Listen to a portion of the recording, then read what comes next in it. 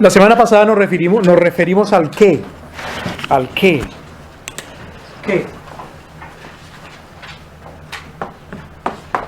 ¿Qué es teología? ¿Qué es teología? ¿Qué es teología? Recordamos que habíamos dicho la semana pasada, habíamos hablado de eso. Teología es el estudio de Dios, básicamente. Del ser de Dios, de las obras de Dios y de la voluntad de Dios, claro. Entonces, en el estudio de qué es Dios, el ser de Dios, ahí entran los atributos. De la voluntad de Dios nuestro Señor y de las obras de Dios nuestro Señor. Pero con una particularidad. Con una particularidad. ¿Por qué? Digamos, la aerodinámica. La aerodinámica estudia las leyes del movimiento ¿en dónde? En el aire. ¿Eso es una obra de Dios? Sí. Definitivamente. Eso es una obra de Dios. Sin embargo, siendo una obra de Dios, cuando estudiamos teología, no incluye el estudio de las leyes de la aerodinámica. ¿Por qué si decimos que cuando estudiamos teología estudiamos las obras de Dios? Y sin embargo, al estudiar teología, si estudiamos las obras de Dios, no incluimos las leyes de la aerodinámica, que también son obra de Dios. ¿Por qué? En la teología estudiamos, otra vez, el ser de Dios, las obras de Dios y la voluntad de Dios, según su revelación escrita. Entonces eso nos delimita el objeto de nuestro estudio. ¿Me doy a entender? El movimiento en la... ya no en el aire sino en el mar, la hidrodinámica o el estudio mecánico de los fluidos, la hidráulica, también es una obra de Dios. Sin embargo, cuando estudiamos teología no estudiamos ni aerodinámica, ni hidráulica, ni aerodinámica, nada de esas cosas, porque cuando estudiamos teología estudiamos las obras de Dios según la revelación escrita. Entonces eso nos delimita muy bien nuestra área de estudio. Entonces eso es teología. Y cuando veíamos la semana pasada lo que dicen los diferentes autores de nuestros libros, apunta a lo mismo. Teología es el estudio de las obras de Dios. Habíamos dicho que por qué es sistemática. ¿Por qué no solamente teología, sino también teología sistemática? Y dijimos que es teología sistemática porque las verdades que estudiamos, y esas verdades que estudiamos en teología se llaman, y esa es una palabra que vamos a estar usando continuamente, las verdades que se estudian en teología se llaman ¿cómo? Doctrina. Las verdades que se estudian en teología, las doctrinas, son verdades cuidadosamente organizadas según las descubrimos o las estudiamos en las Sagradas Escrituras. Según descubrimos esas verdades en las Escrituras y según las vamos estudiando, esas verdades son debidamente organizadas de manera sistemática. Es decir, no comenzamos a mirar cuáles son las verdades de Génesis y las estudiamos, y luego las verdades de Éxodo y las estudiamos, y luego las verdades de Levítico y las estudiamos. No, aunque ese sería un orden, sino que es sistemática porque tiene un orden que le es apropiado a esa ciencia de la teología sistemática. Y eso vamos a hablar un poquito hoy. Ese orden resulta de un método de estudio. Y el orden en que están esas doctrinas son, básicamente, primero, la doctrina de Dios, del ser de Dios, en donde incluye sus atributos, su Santísima Trinidad, las tres personas de la Santísima Trinidad, su soberanía, es decir, sus obras, sus ángeles, sus seres espirituales.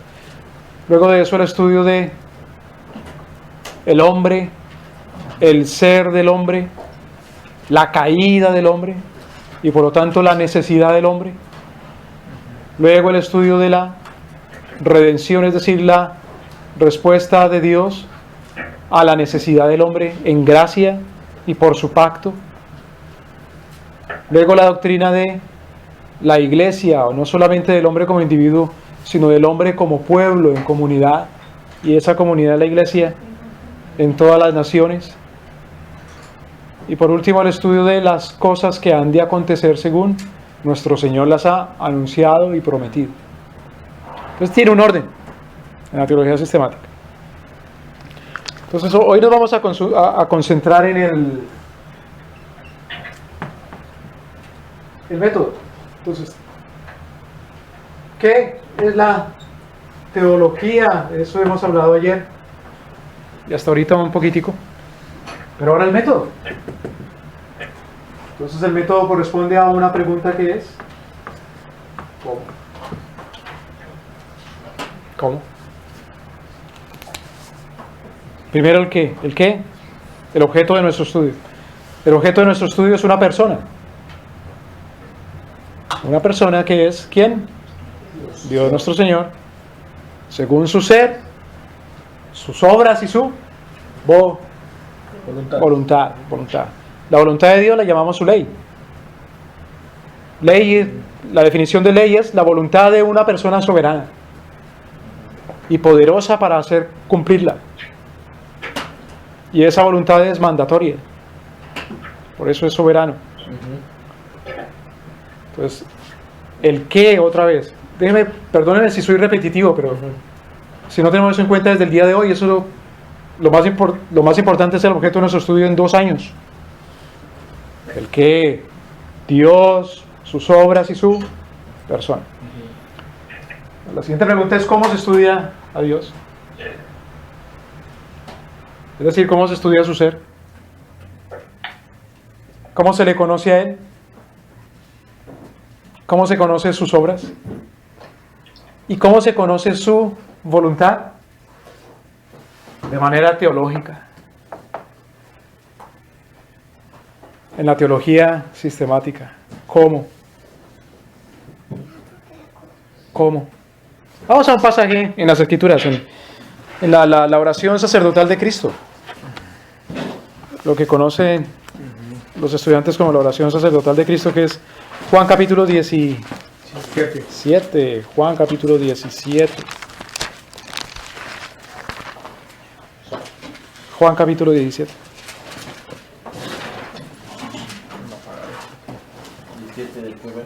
Juan capítulo 17, versículo 3. Juan capítulo 17, versículo 3. Alguien con buena voz, léalo, por favor. Como decía Cantinflas, con buena ortografía. Del 3 hasta dónde. Solamente el versículo 3, por favor. Y esta es la vida eterna, que te conozcan a ti, el único Dios verdadero, y a Jesucristo, a quien has enviado. Entonces, el estudio de la teología sistemática no es simplemente por un conocimiento intelectual, en el sentido pagano de la palabra, o en el sentido griego o filosófico griego de la palabra. Porque en el sentido pagano, filosófico griego de la palabra, gnosis, que quiere decir conocer, se limita solamente a lo que la mente adquiere como un dato, o como unos datos, o en inglés data. Esa es la manera como conoce un computador, y es conocer por conocer. Por ejemplo, a la entrada de la escuela filosófica de Pitágoras, uno de los grandes maestros o padres de la matemática, había un lema que decía: prohibida la entrada al que no sepa matemáticas y geometría. Y ese era un templo. Pero no, ese era el summum bonum. Summum bonum quiere decir lo más bueno que puede uno perseguir. Lo más bueno. El summum bonum es conocer matemáticas. Eso quiere decir que la matemática parte entonces también la moral. Y la salvación y el objetivo de la vida y el por qué estamos aquí. Pero mire qué dice el Señor Jesucristo, que es el summum bonum, lo más importante de todo en cuanto a conocimiento. Esta es la vida eterna. Que te conozcan a ti. Bueno, nuestro Señor es, ¿cuántos dioses? Uno solo, y no comparte su gloria con Ninguno, con nadie. Jehová es uno solo. Y solo a Él adoraréis. Jehová uno es. El primer mandamiento: no tendrás dioses ajenos delante de mí. Pues sucede algo interesante en la oración de nuestro Señor, porque Él le suplica al Padre en esta oración. Y dice: esta es la vida eterna, que te conozcan a ti, el único Dios verdadero. Es decir, nuestro Señor está en sintonía con Moisés, como en Deuteronomio capítulo 6. Hay un solo Dios. Amarás al Señor tu Dios con todo tu corazón y con toda tu alma y con toda tu fuerza. Hay un solo Dios, un solo Señor. Y sin embargo el Señor Jesucristo dice: que te conozcan a ti, el único Dios verdadero, y a Jesucristo, a quien tú has. Y con eso nuestro Señor Jesucristo dice: yo también soy Dios. Porque lo más importante de la vida eterna es que se conozca a Dios, y no hay sino uno. Y si también incluye a su Hijo, incluye al Hijo también, entre las personas de la divinidad, siendo que es un solo Dios. Entonces la teología. Entonces teología no estudiamos simplemente por conocimiento intelectual, si de verdad hacemos un estudio teológico apropiado y serio, sino que la teología la estudiamos para la vida eterna. Por eso R.C. Sproul dice que todo cristiano es un teólogo. Dice: no, pero ¿cómo si yo no estoy asistiendo a las clases del hermano allá? No, pero si eres cristiano eres teólogo, porque conoces a Dios y a su único Hijo. Y se supone que solamente vives para conocerlo a Él. No, yo también vivo para trabajar. Bueno, sí, pero si eres cristiano trabajas para conocerlo a Él y para su gloria. Pero entonces ahora la otra pregunta es: ¿cómo? ¿Cómo hacemos para conocer a Dios y a su Hijo? Ese es los teólogos y los cristianos se han enredado, y los filósofos. ¿Cómo conocemos a Dios? ¿Cuál es el método para conocer a Dios? Bueno, primero, para conocer al Padre no conocemos al Padre sino por Jesucristo. También el evangelista Juan nos cuenta que nuestro Señor le responde a los apóstoles: si me has visto a mí, ¿has visto al Padre? El que me ha visto a mí, ha visto al Padre. Muéstranos al Padre y con eso nos basta. Bueno, pues me has visto a mí, Tomás. ¿Has visto al Padre? No, pero ¿cuál es el camino para llegar? Pues yo soy el camino, la verdad y la vida. Pero hay la historia de un griego, uno de estos filósofos que quería ser sabio y salir a buscar la sabiduría de su casa. Hizo la maleta, empacó la valija y salió de su casa, y en cuanto puso un pie fuera de su casa ya no supo para dónde ir. A la izquierda, a la derecha, adelante. ¿A dónde? Claro, para nosotros conocer al Padre, el camino es ¿quién? Cristo. Pero ¿cómo sabemos si conocemos a Cristo y a dónde vamos? Pues a la iglesia, mira, aquí hay una. O al instituto bíblico tal. O a la casa de fulano que es cristiano y él te puede indicar. Pero la pregunta es: ¿esa iglesia, o ese seminario, o esa universidad, o la casa de ese hermano es la fuente de la verdad divina para buscar a Dios? ¿Es la fuente? No, cuidado, porque según el Papa sí. ¿No, verdad? Y nos dice la iglesia. Exactamente, no se puede conocer a Dios sino en la iglesia. La iglesia. Precisamente el que no está en la iglesia se pierde las bendiciones de la redención, de la gracia, según la teología católica romana. Entonces, bueno, sí, el Segundo Concilio Vaticano se enredó diciendo que los hermanos separados, es decir, los protestantes esos, pues sí son hermanos, pero separados, y por lo tanto, por estar separados de la iglesia, aunque son hermanos, no gozan de todas las bendiciones de la redención, por cuanto en la iglesia es en donde está la fuente de la verdad.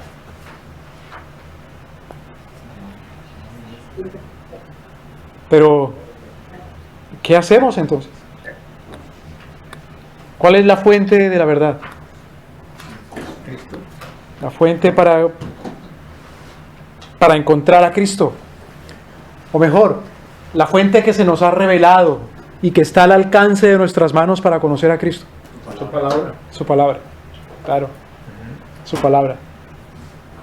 Entonces, los teólogos se han, como dicen mis hermanos mexicanos, se han hecho bolas, han discutido. ¿Cuál es la fuente? Ahora, en filosofía solamente hay dos fuentes. La primera es el hombre.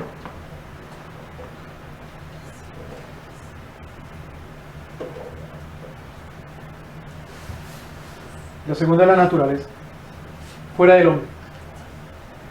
Ex homo. O fuera del hombre. Por fuera del hombre. El hombre, pero de la piel para adentro. Mejor dicho. De la piel hacia adentro. Encuentra la verdad. O de la piel hacia afuera.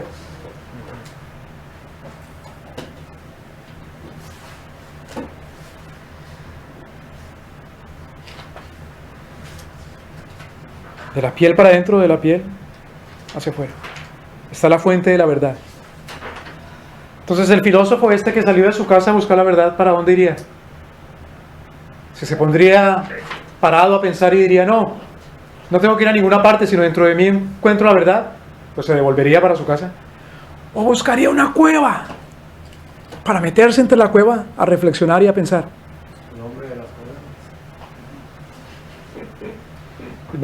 Básicamente, la filosofía oriental como el budismo o el hinduismo busca la verdad dentro del hombre.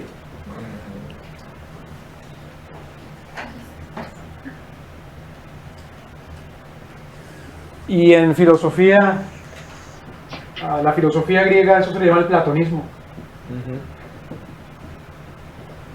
que busca la verdad dentro del hombre, pero tan adentro que ni siquiera en el cuerpo del hombre, porque el cuerpo todavía está muy por fuera. El cuerpo es malo. Entonces lo busca más bien en el alma o en la mente.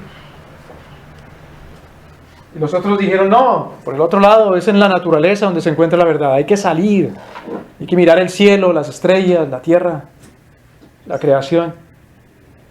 Entonces cuando uno, por ejemplo, lee a Berkov nos dice que hay unos teólogos que son pragmáticos, que buscan la verdad teológica, más bien es en la experiencia. En la experiencia, en lo que se hace, en lo que pasa afuera, porque esa es la realidad máxima.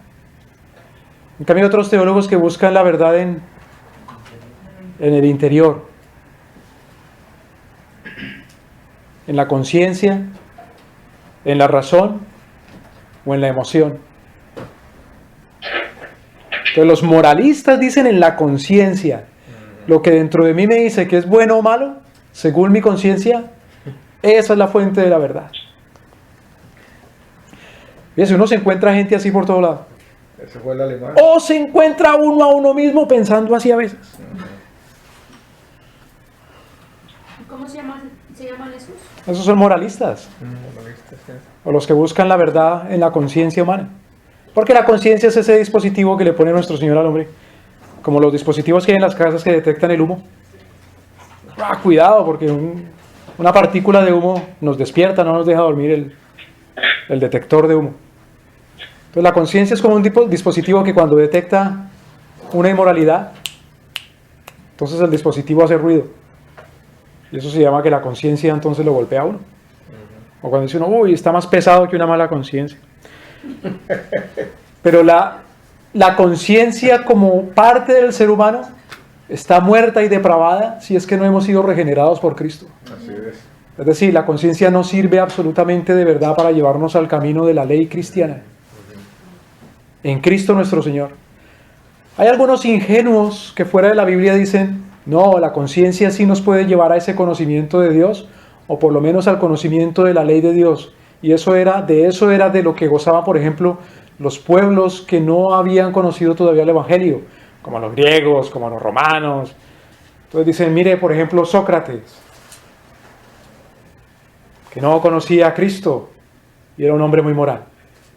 Miren, por ejemplo, a Netzahualcóyotl, ese rey de Tlatelolco en el siglo XV, en México, prehispánico, quien estaba en contra de los sacrificios humanos y solamente creía en un solo Dios, el dador de luz.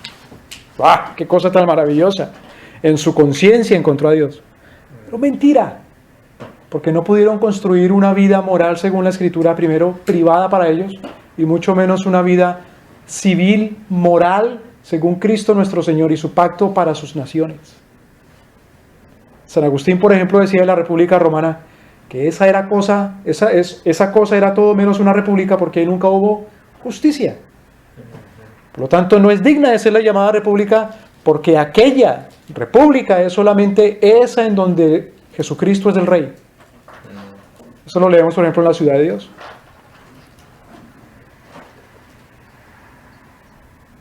Esa ha sido la idea que tradicionalmente la iglesia cristiana ha tenido de los pueblos paganos, que es la iglesia la que va a enseñarles la verdad y la bondad y la justicia. No que todos vamos a aprender un poquito de todos y entre todo lo que aprendemos un poquito de todos, algo bueno saldrá. ¡No! Si vamos a aprender algo bueno, solamente lo conocemos en la Escritura. No lo conocemos en la discusión y en el diálogo, sino en la Escritura. Por lo tanto, si hay un diálogo productivo, es el diálogo dialogando la Escritura. Y ese es el espíritu de la iglesia al formar, por ejemplo, los grandes concilios. Bueno, entonces, ¿a dónde encontramos la verdad? ¿Dentro del hombre? No, si es así, acudimos a la conciencia, por ejemplo. ¿O a la razón? Entonces ahí encontramos, por ejemplo, a don Emmanuel Kant, o a don John Locke. Y si nos vamos mucho más atrás, a don Santo Tomás.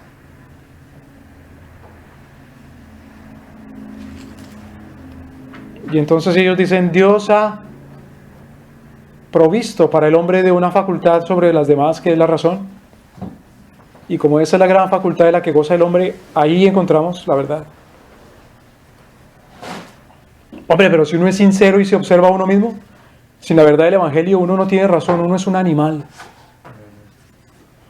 No por desnaturalizar al hombre ni quitarle su imagen y semejanza de Dios, sino que uno es una bestia en el sentido que, por ejemplo, dice Isaías, de un pueblo corrompido que ha dejado a Cristo. El buey y el asno conocen a su amo, pero este pueblo no me conoce a mí. Es decir, ha perdido toda decencia, toda razón, toda moralidad. No que haya perdido una facultad de pensar intelectual. No que haya perdido la facultad de decir esto es bueno o es malo.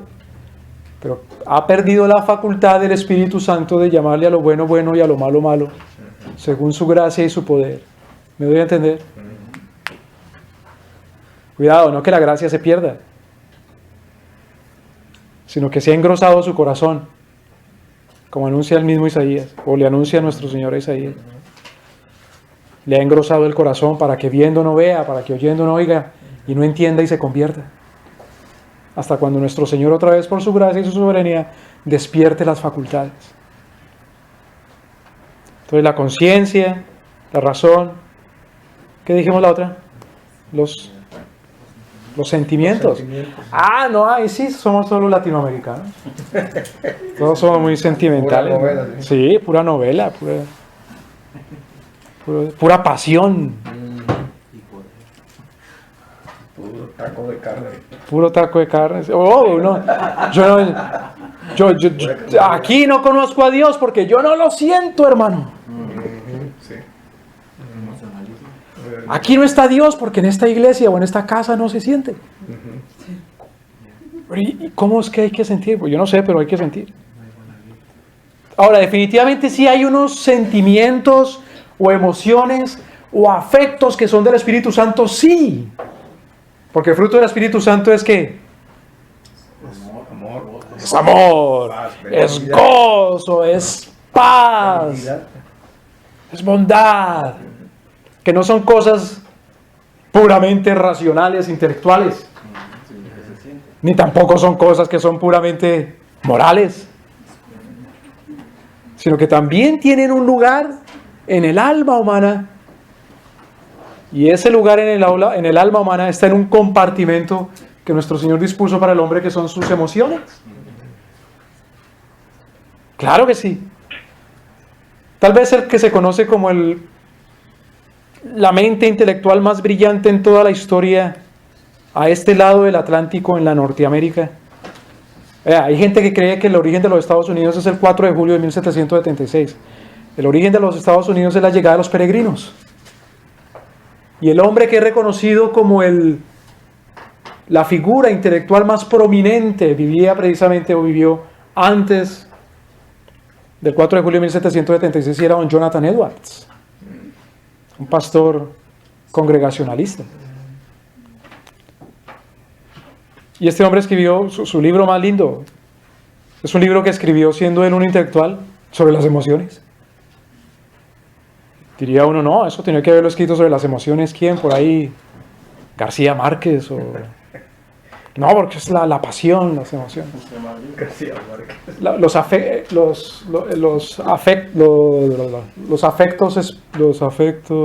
Jonathan Edwards. Sí, Jonathan Edwards.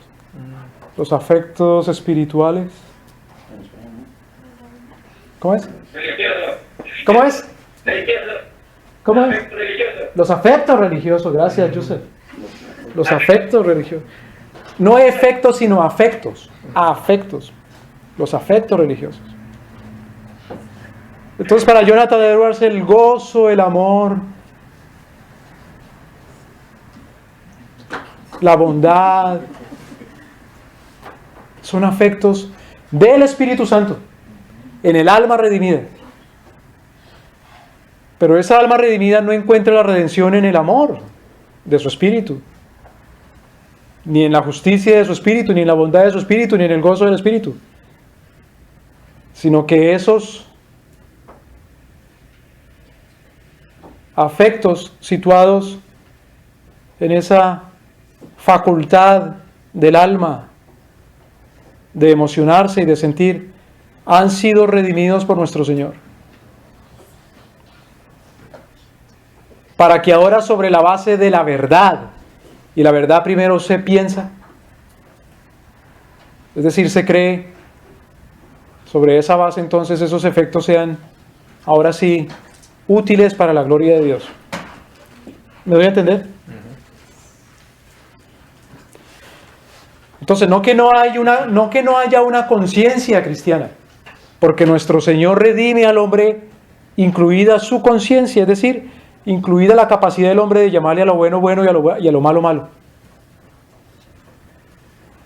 Claro, la Escritura llama a una conciencia que llama a lo bueno malo y a lo malo bueno una conciencia cauterizada, como cuando uno le duele una muela. Entonces vamos del dentista y dice, ¿qué hacemos con ese nervio? Pues cautericémoslo. Tiene infección, entonces lo quema. Y quema la infección.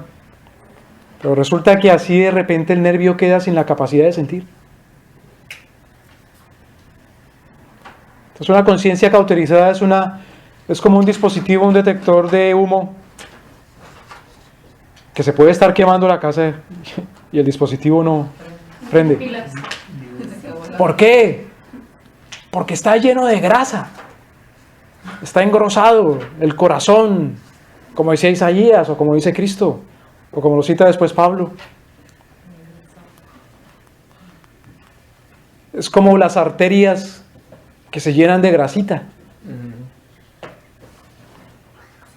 Claro, esa es la palabra que usa el apóstol Pablo para indicar ese engrosamiento, que es esclerosis. Es una esclerosis. Entonces, la conciencia o el corazón está lleno de esclerosis y da un ataque cardíaco, es decir, el alma está muerta. Sin embargo, nuestro Señor redime tanto la conciencia como el razonamiento del hombre. Claro, el apóstol Pablo dice que en cuanto a los pensamientos, ahora tenemos ¿qué pensamientos? Los llama, por ejemplo, en el libro de Romanos capítulo 8, Ya no son los pensamientos de la carne, sino los pensamientos del el Espíritu. Ok. El apóstol Pablo te lo llama en 1 Corintios. Ahora tenemos la mente Cristo. de Cristo. Los pensamientos del Espíritu Santo y los pensamientos de Cristo. Porque el Señor ha redimido la mente. Es decir, el redimido piensa la verdad. Y Pablo otra vez le dice a los filipenses, por eso, capítulo 4, en esto pen, todo lo Pensar lo bueno, bueno, todo lo verdad, todo lo justo, todo verdadero, todo lo justo, todo lo amable, si es digno de alabanza, si hay virtud alguna, en esto pensar. Entonces por eso la humanidad pudo gozar de lo que se llama la revolución científica. ¿Eso qué tiene que ver? Bueno, la revolución científica es con honestidad observar todas las cosas y decir honestamente, porque Pablo dijo pensad todo lo honesto. En cuanto a esta cosa, decir esto es lo verdadero, esta es la ley que hay en esa cosa.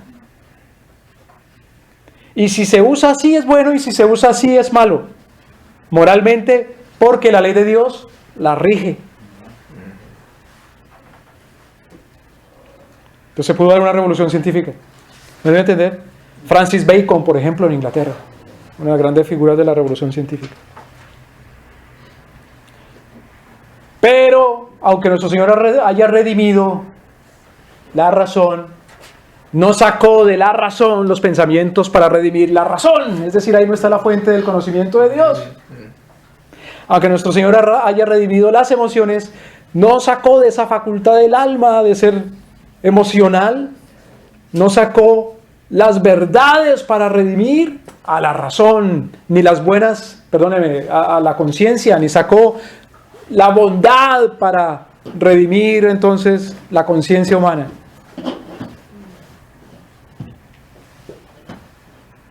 Nuestro Señor no sacó del hombre para redimir al hombre. Entonces, bueno, está bien, en el hombre no. Entonces, ¿a dónde hallamos la fuente del conocimiento de Dios? ¿En la naturaleza fuera del hombre? Hay una anécdota, yo no sé si será cierto. Un señor ateo que era astronauta. Y le cuenta, le dice a un pastor o creyente cristiano, le dice, oiga, mire, yo salí de la tierra, fui al cielo y no vi a Dios. Fue Yuri Gagarin. El primer hombre que se puso en órbita, la Unión Soviética. Creo que la respuesta que le dio fue, o que se le dio fue, bueno, si un cirujano abre el cerebro, tampoco ve pensamientos. Y sin embargo, ahí están. Yo me muero y volteé para todos lados, digo, ¿dónde estaba Dios? No existe. Claro. Ahora, el salmista dice, aun si voy a los infiernos, ahí estás tú. Pero eso quiere decir entonces que para conocer a Dios hay que ir a la naturaleza, porque esa es la fuente que nos dice, sin lugar a duda, ¿quién es Dios? Sin lugar a duda, en sus perfecciones, ¿quién es Dios? El Señor. Bueno, ciertamente nuestro Señor creó la razón, creó la facultad de pensar, creó la facultad de imaginar, de memorizar. También nuestro Señor creó la facultad de tener emociones, o si no, pregúntele a un latinoamericano. Sí, los latinoamericanos solo dan premios Nobel en cosas de la emoción, ¿no? Sí. En la literatura. Sí. Creo que García Márquez, Vargas Llosa, Uh-huh. el mexicano, ¿cómo se llama también? Octavio Paz. Octavio Paz. Pero creo que hubo un premio Nobel mexicano en química una vez, pero solo uno.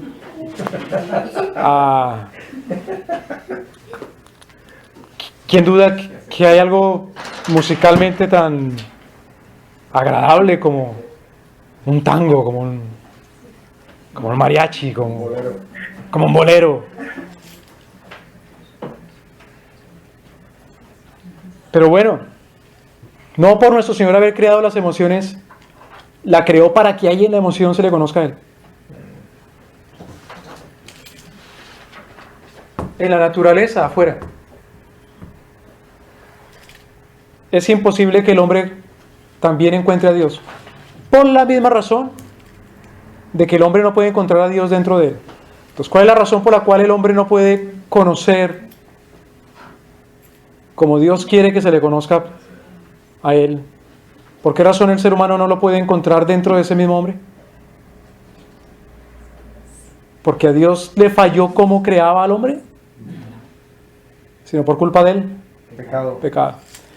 Por esa misma razón el hombre no puede encontrar a Dios fuera de él. Hombre. Porque con el pecado no solamente se estropeó al hombre, sino que se estropeó también, ¿qué otra cosa? Fuera del hombre. ¿Qué le dice nuestro Señor a Adán? ¿Adán? La naturaleza. Claro. ¿Cómo le dice nuestro Señor a Adán cuando lo haya pecado? Por ti ha sido maldita la tierra. Ah, por culpa tuya la tierra es maldita. Entonces también la naturaleza entró en corrupción. Pero ¿qué cosa? Cuidado. Eso no quiere decir que la humanidad en cuanto a la sustancia del hombre sea inherentemente mala, naturalmente mala, o que la sustancia de la naturaleza de la creación sea inherentemente mala en sí, sino que lo malo es el pecado que la estropea. ¿Me doy a entender? Porque si uno dice que el hombre entonces es inherente malo en sí por ser hombre, otra vez volvemos a Platón. Es decir, que el cuerpo por ser cuerpo es malo y la materia por ser materia es mala. Y entonces por eso con el tiempo se le dice a los pastores ya no se puede casar, porque siendo pastor ¿cómo le ocurre casarse? Bueno, ¿y por qué no? Pues porque el cuerpo es malo. ¿Y qué es lo que se hace con el cuerpo cuando uno se casa? Los gnósticos. Claro, Los gnósticos pensaban. el gnosticismo. Sí. Qué peligro que hasta San Agustín llegó a creérselo. O Clemente o Orígenes. Hasta el día de hoy. El peligro de ese tipo de pensamiento, por ejemplo en la iglesia evangélica o en la iglesia protestante, es que se vea al matrimonio como algo indeseable, como algo malo, como algo menos bueno.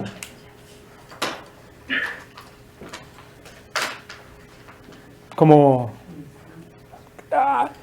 mire, vamos a hablar del matrimonio y de la intimidad. Aquí solamente los mayores de 50 años. Sí, porque no, es la intimidad, ¿no? Los jóvenes no pueden saber, conocer nada. Al contrario, tienen que prepararse para casarse. Pero con todo y que el ser humano, la naturaleza humana es creación divina, por culpa del pecado en el hombre no se puede encontrar a Dios. Es decir, aunque nuestro Señor haya escrito de Él en el hombre, porque somos imagen suya, no podemos conocer a Dios en esta imagen que Dios creó en nosotros. Ni tampoco en la naturaleza, porque también la naturaleza es caída. Pero así como el hombre por ser hombre y ser hijo de Adán es pecador, pero no por eso la naturaleza humana necesariamente es mala, sino que al contrario nuestro Señor vino a redimir al hombre. También la naturaleza, no por ser naturaleza es mala, sino que es contaminada por el pecado. Y también nuestro Señor vino a redimir la creación. Por eso dice Pablo también en Romanos 8 que las criaturas gimen con dolores de parto, esperando ver la gloria, la redención. La palabra que usa el apóstol Pablo es la adopción de los hijos de Dios. Eso es interesante porque Pablo ya ha dicho que somos adoptados. Claro, ya somos adoptados. Sin embargo, siendo adoptados porque hemos recibido el espíritu de adopción, todavía esperamos otra adopción. Que es como cuando uno se compromete para casarse. Bíblicamente ya es un compromiso. Sin embargo, espera todavía la consumación de su matrimonio.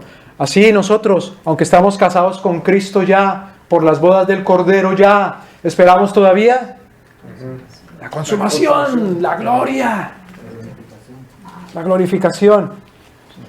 Oiga, pero no solamente nosotros esperamos la gloria, sino también ¿quiénes? Toda criatura. Pero yo no le he preguntado a ningún árbol y me ha dicho que espere. ¿Quiere aceptar?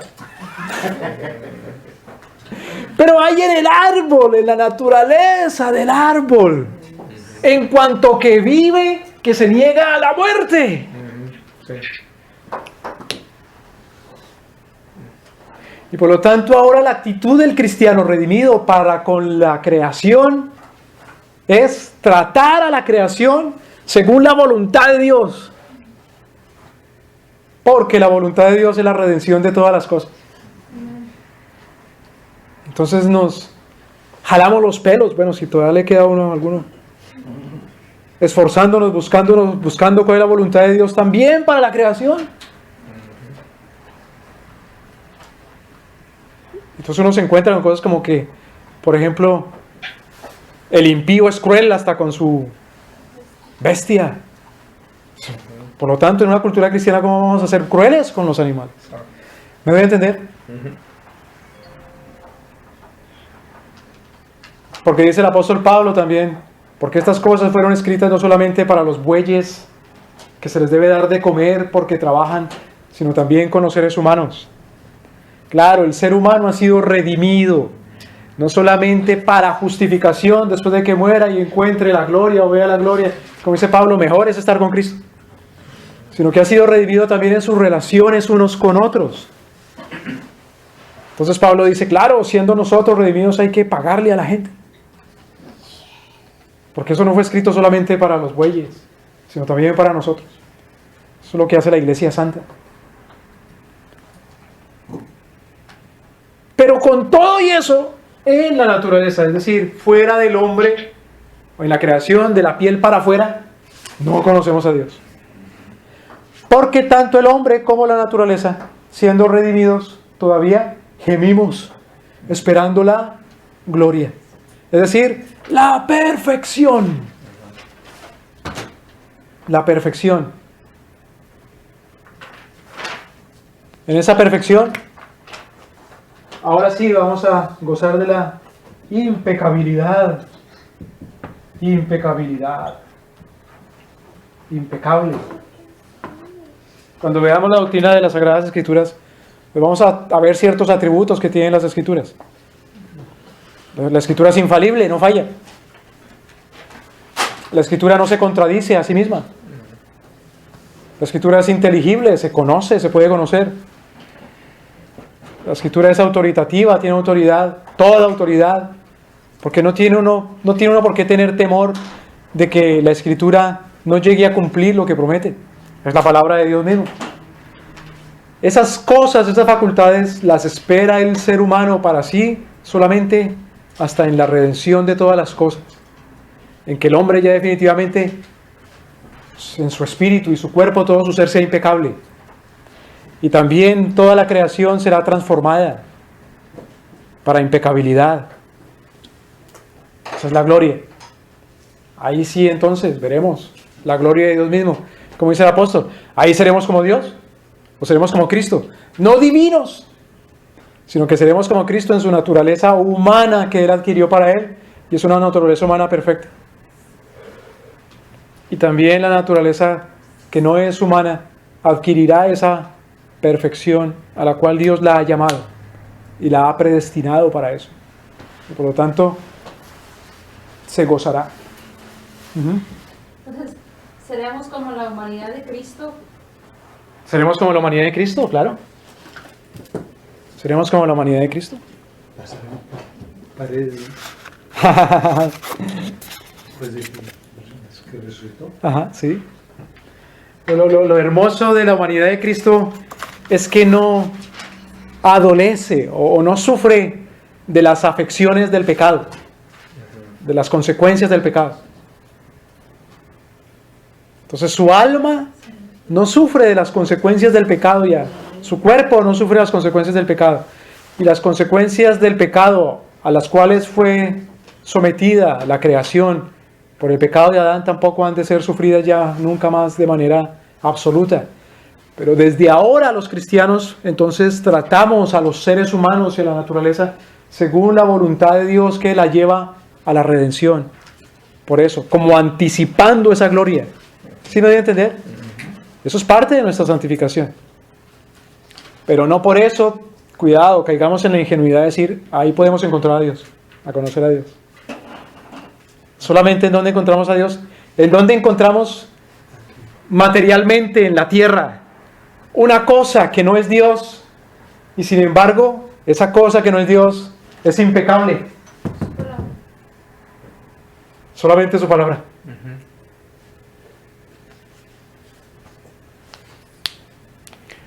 Hubo un tiempo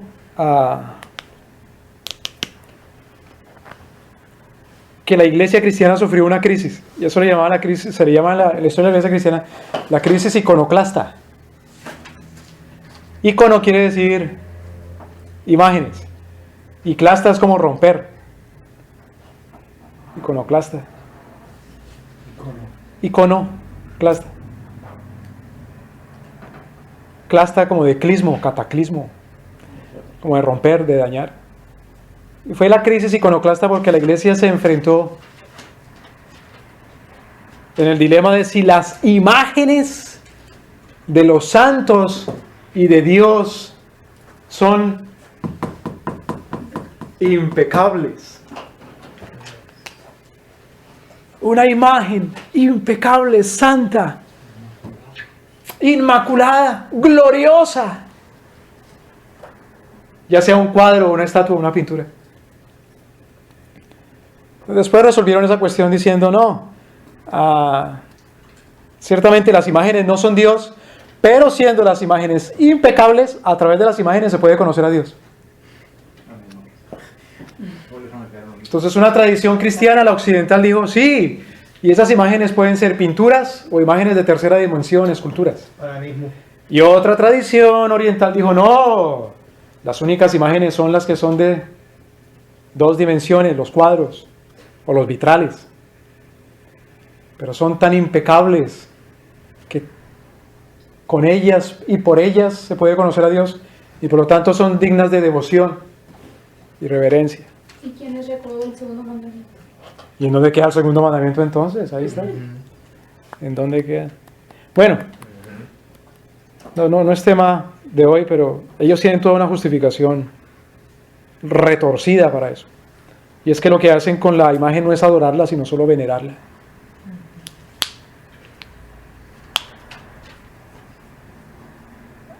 Sin embargo, lo único perfecto que nosotros tenemos aparte de Dios a disposición es la Biblia, impecable.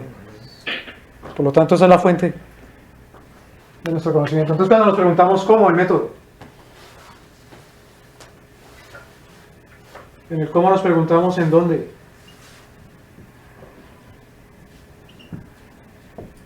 ¿En dónde encontramos a Dios? ¿En dónde? Claro, entonces la presencia de Él en su ser está en todo lugar. Pero ¿en dónde encontramos a nuestro Señor de tal manera que lo conozcamos sin temor a duda de que ahí está nuestro Señor en su perfección? Claro, entonces, por ejemplo, si vamos al libro de Romanos capítulo 10. Romanos capítulo 10. ¿Qué? ¿qué verso, pastor? Ya.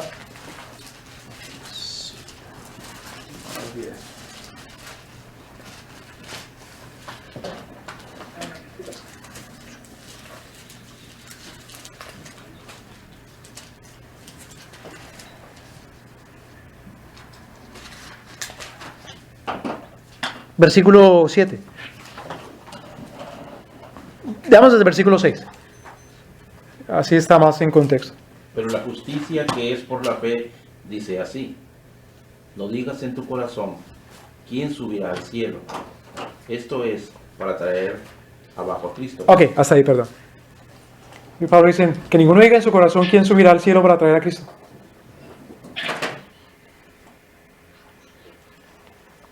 Entonces, hay unos que dicen, dentro del hombre se puede conocer a quién. A Dios. Otros dicen, fuera del hombre se puede conocer a Dios, y ese fuera del hombre es en su naturaleza.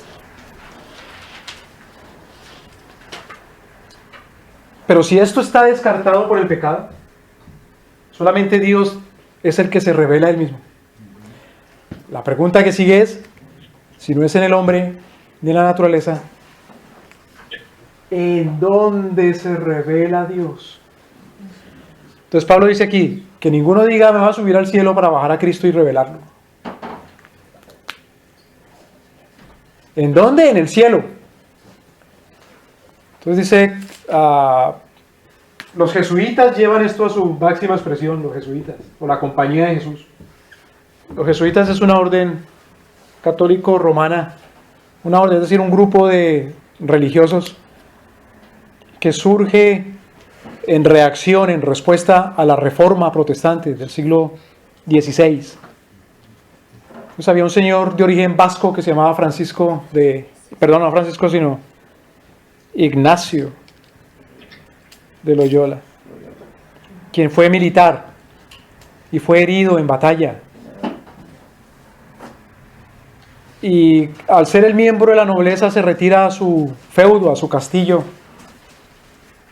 y recuperándose de sus heridas entonces sufre de unas revelaciones, visiones.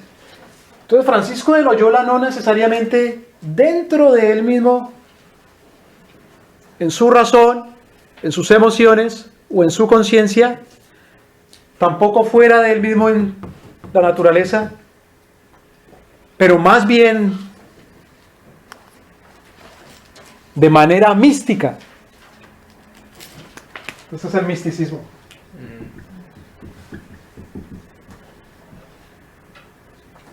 Los jesuitas místicos. De manera mística, dice Loyola, yo vi a la Madre de Dios. De ahí viene la Virgen de Guadalupe. Bueno, entonces, por ejemplo, decía Loyola, yo bebí del seno de María, de la Virgen, de su santa leche. Y uno no sabe si... Entonces la gente no sabe... Sí, no sabe si fue un peyote o qué sería. Anda con Don Quijote. O claro, también andaba con Don Quijote, sí. Pero lo importante no es la realidad de la visión, cuidado. Hay una rama de la teología, no se puede considerar rama de la teología, pero hay unos teólogos que dicen que hay que estudiar la fenomenología mística.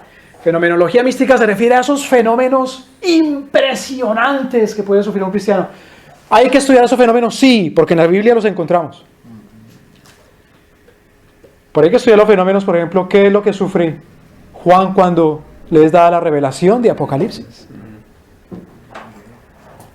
¿Qué es lo que sufre Ezequiel cuando les da la revelación también? ¿Qué es lo que sufre uno cuando uno es convicto, convencido de pecado y encuentra a Cristo? Pero siempre es la Escritura la que juzga el supuesto o verdadero conocimiento que uno tiene de Dios. De tal manera que luego decimos, finalmente he comprendido en la Escritura que este pensamiento es concordante con nuestro Señor. Y nuestro Señor entonces me lo ha, ahora sí, revelado, o mejor, iluminado, o mejor, me lo ha hecho entender. A veces se enredan los teólogos con los términos, dicen, no, revelación es solamente lo que se le dio a los que escribieron el canon. Revelación quiere decir dar a entender, y ya, dar a conocer. A nosotros se nos revela hoy día, podemos decirlo en el sentido de que conocemos la revelación escrita. Punto, la Escritura.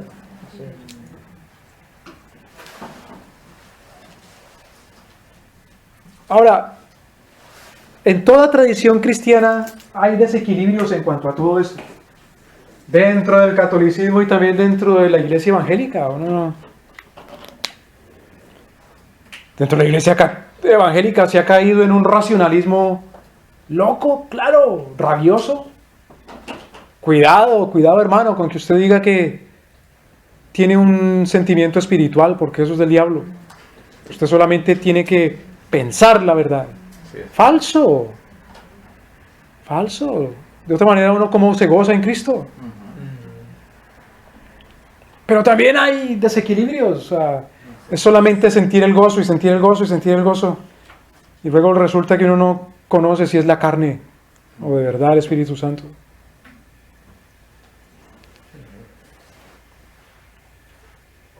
El carismatismo es muy dado al misticismo. Y hay quienes han hecho estudios, investigaciones y dicen que es un resultado de la infiltración jesuita en las iglesias evangélicas, ese misticismo dentro de las iglesias protestantes.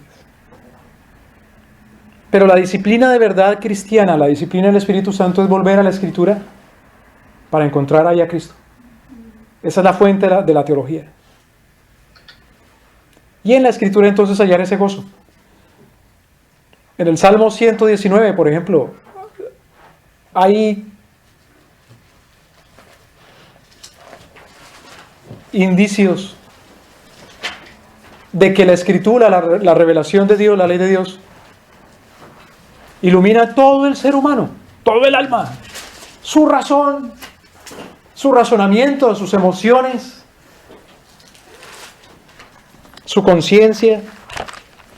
Por ejemplo, el Salmo, a ver, leamos 119.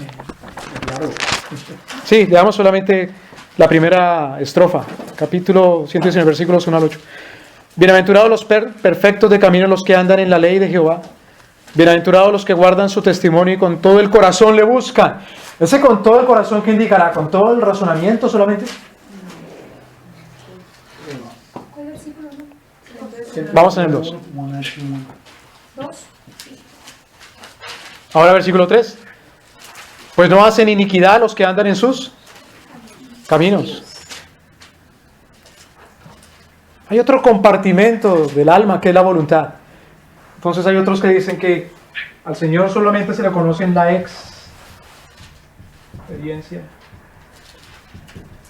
experiencia humana. Entonces ya es el pragmatismo.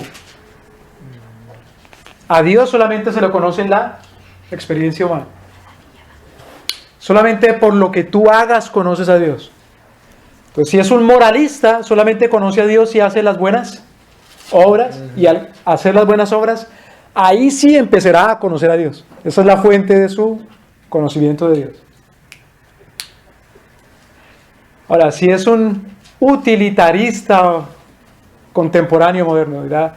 Solamente en las cosas que te digan en la iglesia que te dan la salvación y la comunión con Cristo, haciéndolas, ahí conocerás a Dios. Entonces, si pasas al frente cuando te llamen, mientras caminas vas conociendo a Dios y estando al frente aún más. Si vas a un retiro o a un viaje misionero, conocerás a Dios porque es la experiencia humana. Si te bautizas mientras estés bajando y luego subiendo, ahí conocerás a Dios. Porque esa es la experiencia humana. Si te lees todo el libro de los Salmos por el hecho de leer y llevar con la vista una letra tras palabra y tras palabra y tras palabra, conocerás a Dios, porque esa es la experiencia humana.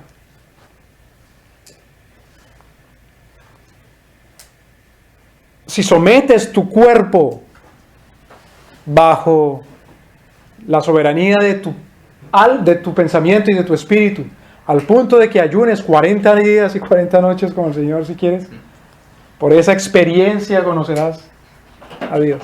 ¿Cómo se llaman aquellos los que dicen eso? Es un utilitarismo. Utilitarismo, claro. U otros dicen, por la cantidad de gente que dice que se convierte y llena un lugar, esa es una experiencia humana y por eso conocerás a Dios. Es una iglesia que conoce más a Dios. Entonces, ese número indica el crecimiento espiritual de Dios. Falso.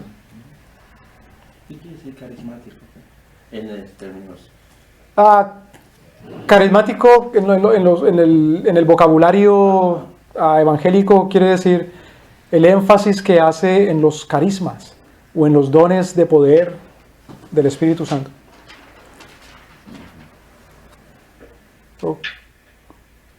ciertamente nuestro Señor, en la historia de la iglesia, eso es tema, otro tema, pero uno puede ver, viendo la historia, si el Señor ha dado carismas.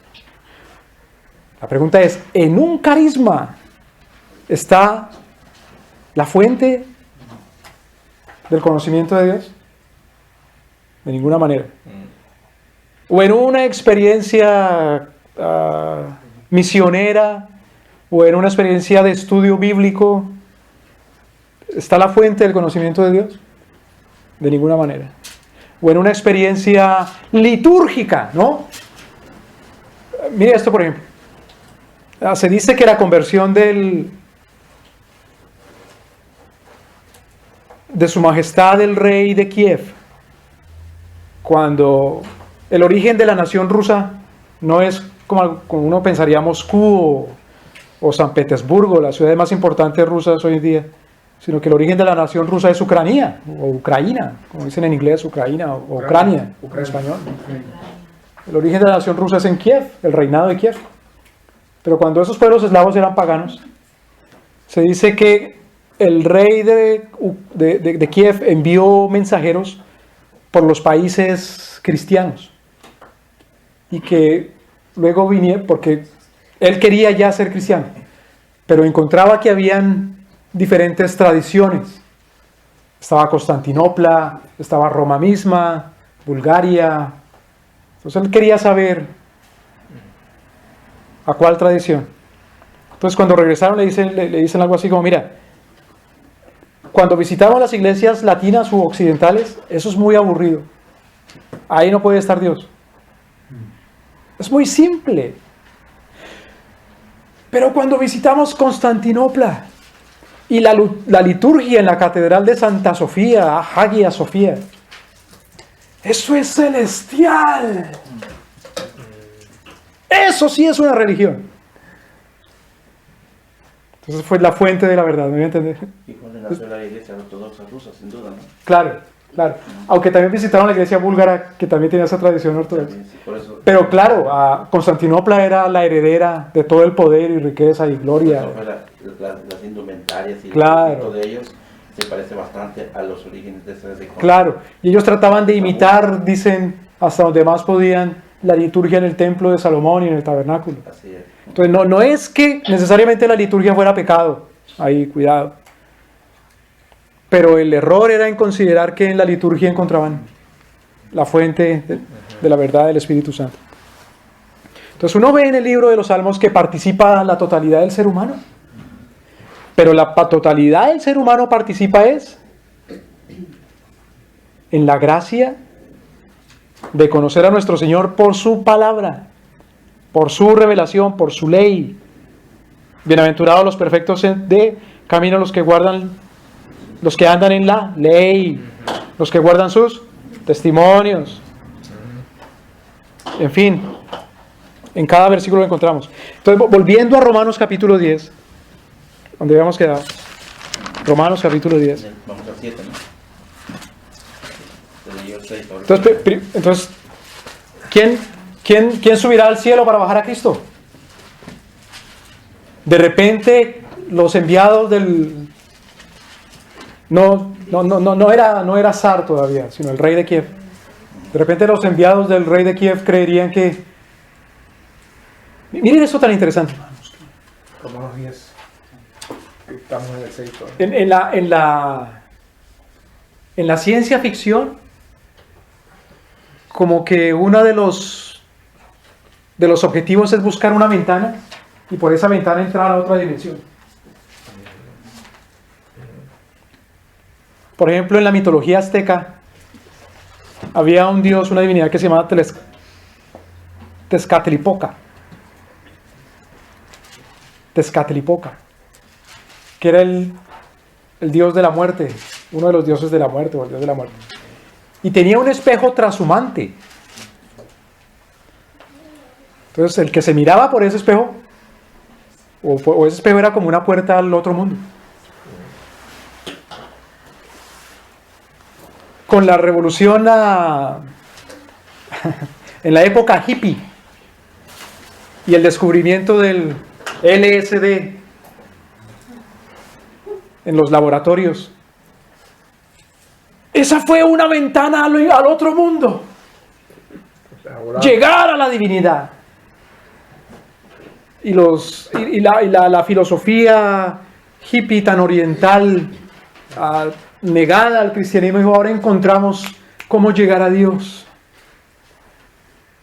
Encontrar una ventana. Entonces, a veces uno quisiera encontrar esa ventana, ¿no? Llegar a Dios o que Dios venga. Acordémonos que nuestro Señor Jesucristo, por ejemplo, le dice a Natanael, Natanael, tú verás al Hijo del Hombre, ¿qué?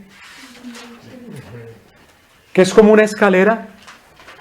Sobre el Hijo del Hombre verás los ángeles subiendo y bajando. Nuestro Señor dice, yo soy el camino, la verdad y la vida. Pero otra vez Pablo aclara que ninguno diga que va a subir al cielo a bajar a Cristo. No hay una liturgia tan primorosa artísticamente que sea capaz de hacer eso. Reemplazando a la Escritura. Y cuando hablamos de liturgia hablamos del orden de adoración dentro de la iglesia local. Cuidado. Uno le llama adoración a la música despacito. Según la Escritura, adoración es la obediencia a Dios. Que se hace mientras uno está dormido y cuando se levanta a todo momento. Nuestro Señor busca adoradores en espíritu y en verdad. Y no es solamente aquí en este lugar, le dice la samaritana, ni tampoco en Jerusalén, donde está el templo, sino en todas partes.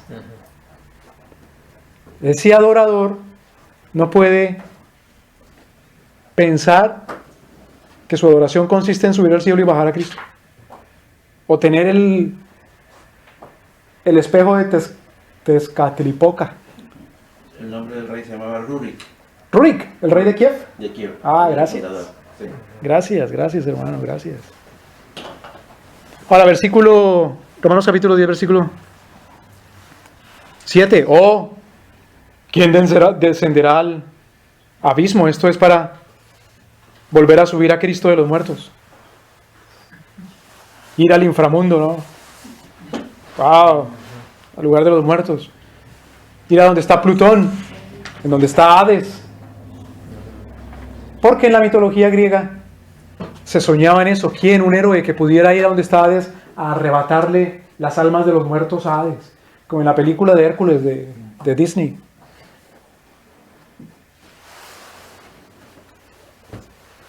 En la película de Disney, Hércules hace un negocio ahí con el dios de la muerte para rescatar a su novia que ha muerto. ¿Quién bajará del abismo? Sin embargo, la Escritura nos dice que en la palabra de Dios está el poder de la vida y de la muerte. Nuestro Señor dice que ustedes tienen las llaves del reino. Sí, hermano, las llaves del reino.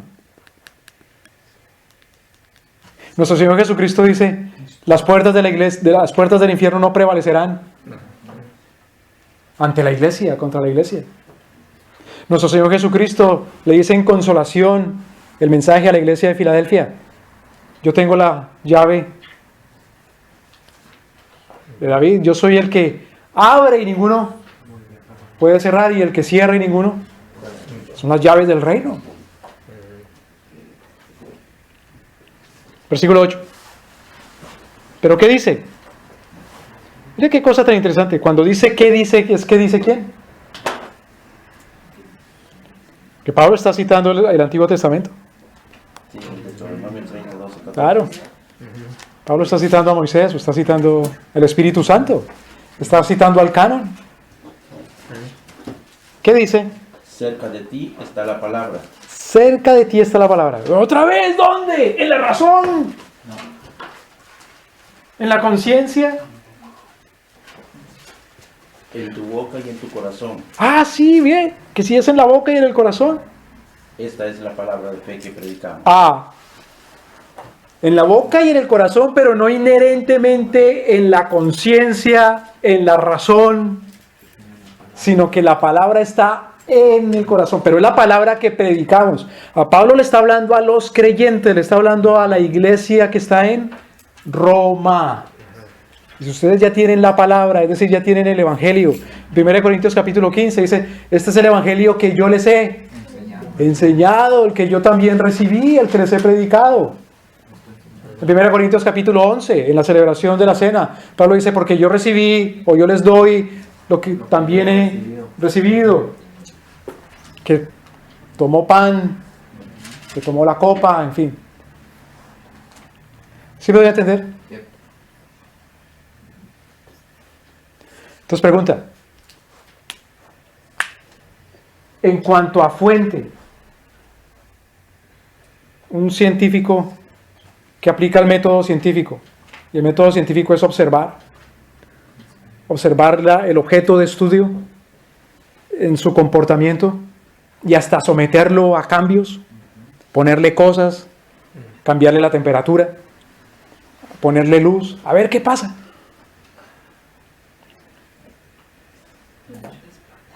El científico o el que aplica el método científico, ese es el objeto, ¿no?, de estudio. Siendo que la teología es el estudio de Dios, de su palabra, de sus obras y de su voluntad. El científico teólogo, es decir, el que estudia la teología, ¿cuál es el objeto en donde ve a Dios y su voluntad? En su palabra. Tan sencillo eso, y perdónenme todo el tiempo pero es para exponer.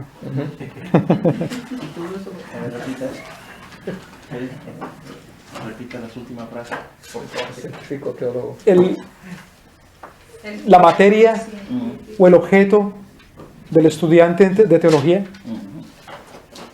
para conocer a Dios, sus obras y su voluntad, ese objeto, esa materia de estudio.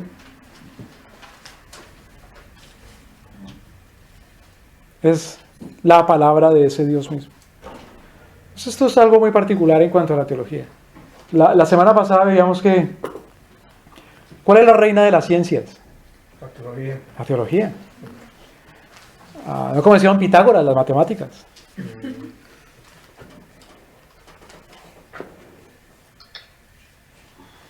El hombre siempre se ha enredado buscando la ciencia en donde encuentra la verdad de todas las cosas. La verdad que reina sobre todas las cosas. Por eso inventó la filosofía, ¿no? Pues, bueno, cuando yo tenía hace poquito, unos 12, 13 años, 14. Ay, perdón. Y tenía un profesor de español, y un profesor de matemáticas, y un profesor de sociales, y otro de humanidades, y otro de ciencias, y otro de educación física. Cada uno creía que su objeto de enseñanza era la reina de todas las ciencias porque competía con nosotros para dejar más tarea. Yo no sé por qué. Sí, es cierto. Yo viví esa época. Todo maestro de primaria. Sí. Entonces uno se ve que los sabios, mire, el sabio en su objeto de estudio, desde su objeto de estudio quiere dominar y juzgar al mundo. ¿Me voy a entender? Sí. Entonces dicen, no, mire, hay que elegir de presidente a un ingeniero. Porque no han habido sino abogados. Y como son abogados, eso trata esto como si fuera un consultorio jurídico y un montón de leyes malas y qué sé yo. Entonces ahora necesitamos un ingeniero, ¿no? Yo me acuerdo también hace poquito, la campaña de Alberto Fujimori. Cuando la gente en Perú daba, una de las razones que daba es que es el ingeniero Fujimori. Y lo que necesita el Perú es una ingeniería. Y en aquellos días yo me acuerdo que a la administración se le dio otro nombre, o dentro de la administración de empresas se trajo una teoría o una metodología que se le llamaba la reingeniería. Y era como aplicar las leyes de la ingeniería en la administración, una cosa así. Y bueno, y se acabó Fujimori y qué decepción. Que dictador porque disolvió el Congreso y qué sé yo. Entonces, durante un tiempo, la humanidad entendió en Occidente que la reina de las ciencias es la teología. Pero se decepcionó cuando sucedió lo siguiente. Cuidado. Cuando entendió que hay una clase sacerdotal especial que la iglesia nombra, para que esa clase sacerdotal sea la que gobierne el mundo. Y al gobernar el mundo lo juzgue todo. En toda área. Y eso le llamaba teocracia. Ahora, ¿dentro del imperio azteca había teocracia? Bueno, su majestad Moctezuma era el sumo sacerdote. Era el más sacerdote de todos los sacerdotes. Él ofrecía sacrificios también en el templo mayor, sacrificios de seres humanos. Y también se tomaba su peyote para ver los dioses y las divinidades y qué sé yo. Entonces, se le echa la culpa al cristianismo de haberle dado a la humanidad esa teocracia tan nefasta. Pero en realidad eso no es teocracia, porque teocracia es el gobierno ¿de quién? ¡De Dios! Y el Dios verdadero sí gobierna. Y juzga todas las cosas. Pero juzga todas las cosas no con una clase sacerdotal burocrática, ya sea que esa clase sacerdotal se llame el clero, o que esa clase sacerdotal moderna se llamen los políticos, o esa clase sacerdotal se llamen los científicos, o si es una dictadura se llamen los militares, sino que nuestro Señor gobierna el universo con su palabra. De tal manera que la reina de las ciencias es la teología, porque nuestro Señor lo gobierna todo y por lo tanto para nosotros entender todo de manera apropiada tenemos que comenzar por el buen camino, como dice el Señor Jesucristo, esta es la vida eterna, que te conozcan a ti y a tu Hijo al que tú has enviado. Dime, Joseph. Bueno, comentario entre nosotros. Oh, ok. Ok. Comentario entre nosotros. Ok. Ahora, cuando continuamos en el versículo 8 dice, más que dice, cerca de ti está la palabra en tu corazón. Esta es la palabra de la fe, la cual predicamos. Entonces la predicación no es lo que siente uno en el corazón. Y lo que debe uno sentir en el corazón deben ser los afectos del Espíritu Santo. Entonces los afectos del Espíritu Santo en nuestro corazón, cuando son esos afectos santos, y predicamos nosotros emocionados, o conturbados, o asustados santamente, o gozosos por esos sentimientos que el Señor pone en nosotros, eso es con base en la verdad que el Señor nos enseña en su palabra. Porque esa es la palabra que rige al mundo entero. Más aún entonces, con mayor razón, esa palabra tiene que regir la teología. No es la matemática la que rige el mundo, porque la matemática es simplemente una abstracción. Mire qué cosa tan interesante, hermanos.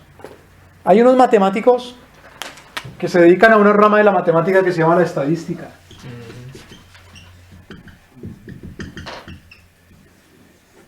Y con esa rama de la matemática que se llama la estadística quieren, por ejemplo, decir cuánta gente tiene que vivir en un país y cuánta no. Qué cosa tan demoníaca. ¿Cuánto puede comerse un hombre y cuánto no? Y que la estadística lo dicte.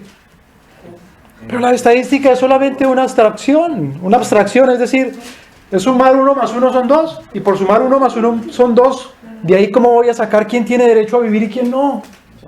Son vectores nada más. Son solo vectores, exactamente. Son mediciones.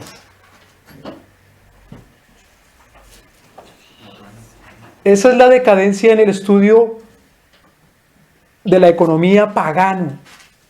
No que la economía sea pagana, sino que el estudio pagano de la economía, cuando se olvida de que la reina de las ciencias es la teología. Mire este dato tan interesante. Don Adam Smith, que es considerado como el padre de la economía, porque escribió un libro que se llama La riqueza de las naciones. Él no era economista, sino profesor de ética cristiana, es decir, de ética bíblica, en Inglaterra. pero se puso de muy especulador, y después del otro más especulador, y después del otro más especulador, y después otro más especulador. Pero la iglesia tiene la misión y la facultad de juzgar esas cosas, pero de juzgarla no con una clase sacerdotal que saque de la iglesia y que tenga esa autoridad porque es la clase sacerdotal, sino de predicar la palabra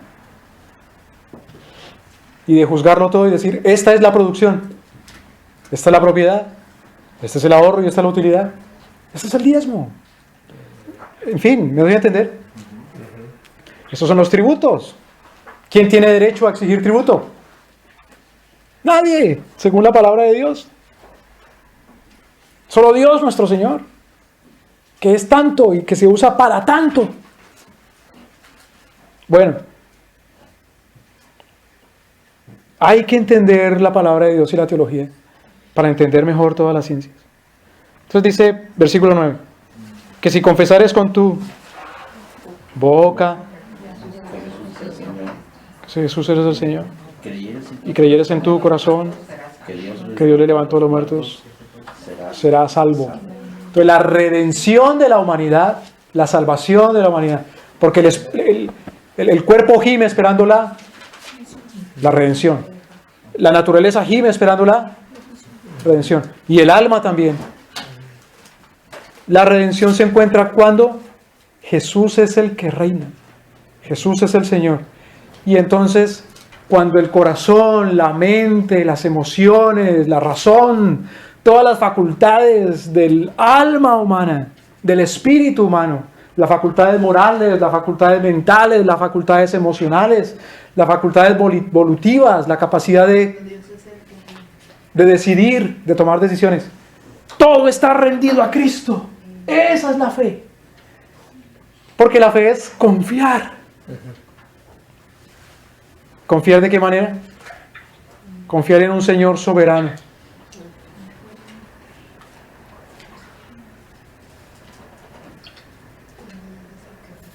Entonces esa persona comienza a ser un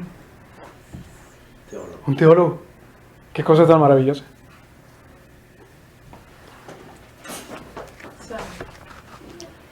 Bueno, entonces eso es lo primero que define el método. Lo primero que define el método es en dónde está la fuente de la verdad. ¿Y en dónde está la fuente de la verdad? En su palabra.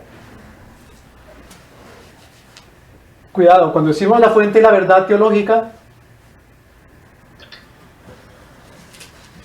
por un lado, el principal objeto de la teología no es el estudio de las leyes del movimiento en el aire, en la atmósfera. Sin embargo, siendo que la teología es la reina de todas las ciencias, no puede funcionar la aerodinámica sino con base en las verdades absolutas de la teología. Por ejemplo, ¿cuál es otra vez? El objetivo del estudio de la aerodinámica, estudiar las leyes del movimiento en el aire. Entonces, un cuerpo que sea más pesado, más denso que el aire, ¿qué le pasa? Bajo las fuerzas de gravedad. Se cae. El aire no lo sostiene. A no ser que adquiera cierta forma, de tal manera que el aire lo sostenga, y esa es una forma aerodinámica, y que adquiera cierta velocidad para poder deslizarse, por llamarlo así, en el aire. Pregunta, ¿cuántos dioses hay? Porque si hay más de un dios, ¿qué tal que un dios cambie la aerodinámica con respecto al otro dios? Mire por ejemplo esto. Los pueblos alrededor de Israel, no necesariamente eran paganos en el sentido de que eran politeístas, de manera rabiosa como los griegos o como los de la India o como los egipcios. Por ejemplo, los fenicios, si tenían más dioses, fundamentalmente su dios era Baal. Para otros, fundamentalmente su dios era Milcom o Moloch. Para los filisteos, fundamentalmente su dios era Dagón.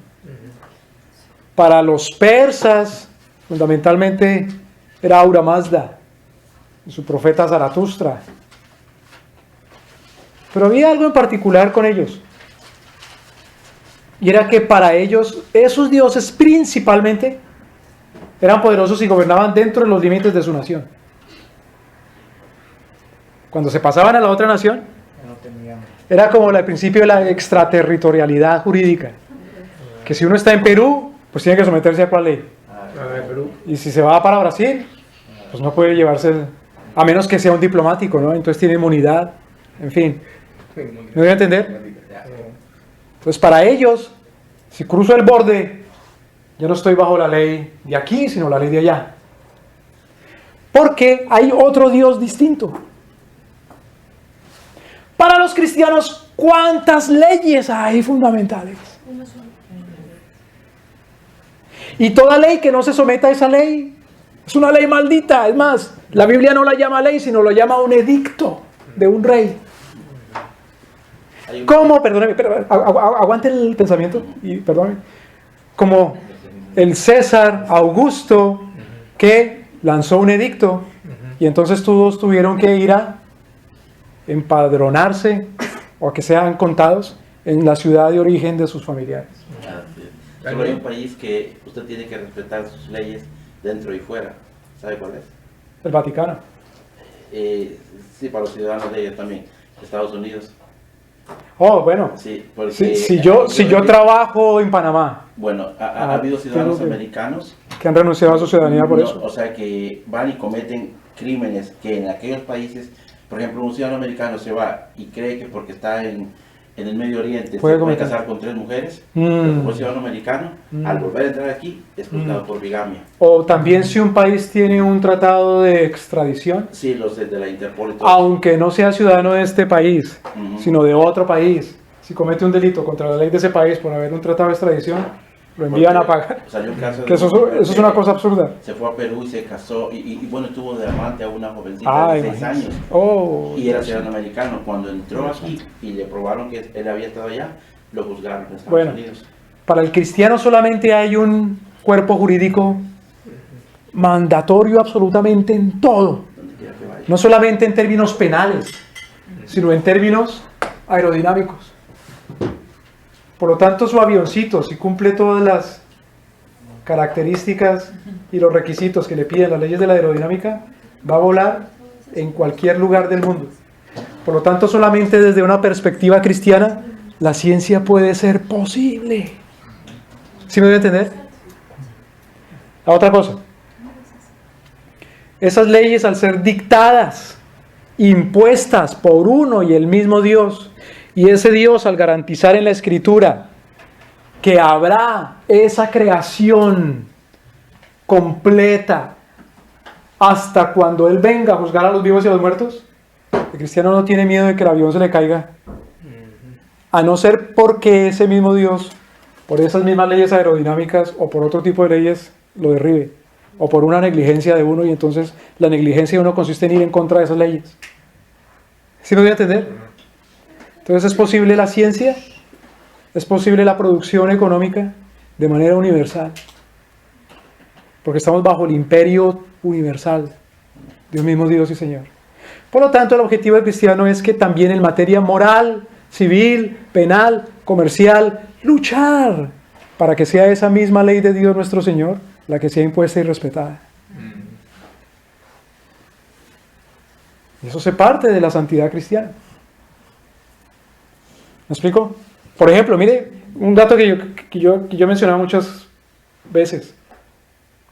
Cuando Cortés se llevó prisionero a Moctezuma a su cuartel, ¿cuál fue el primer decreto que Cortés le exigió a Moctezuma? Eliminar los sacrificios humanos. Porque esa cosa tan fea para el Dios Altísimo no lo podéis hacer en estas tierras. Eso con base en la ley bíblica. ¿Sí me explico? Entonces, a donde nuestro Señor ponga como soberano a un cristiano, en el tiempo, lugar y circunstancia en donde lo ponga, el cristiano, siendo que quiere conocer a Dios, su voluntad y sus obras, y lo quiere conocer de manera integral, como dice el Salmo 119, no solamente somete su razón, sus emociones, sino su voluntad y todo lo que está bajo él, la somete a esa ley de Dios, porque lo ha conocido y para conocerlo más. ¿Me explico? Sí.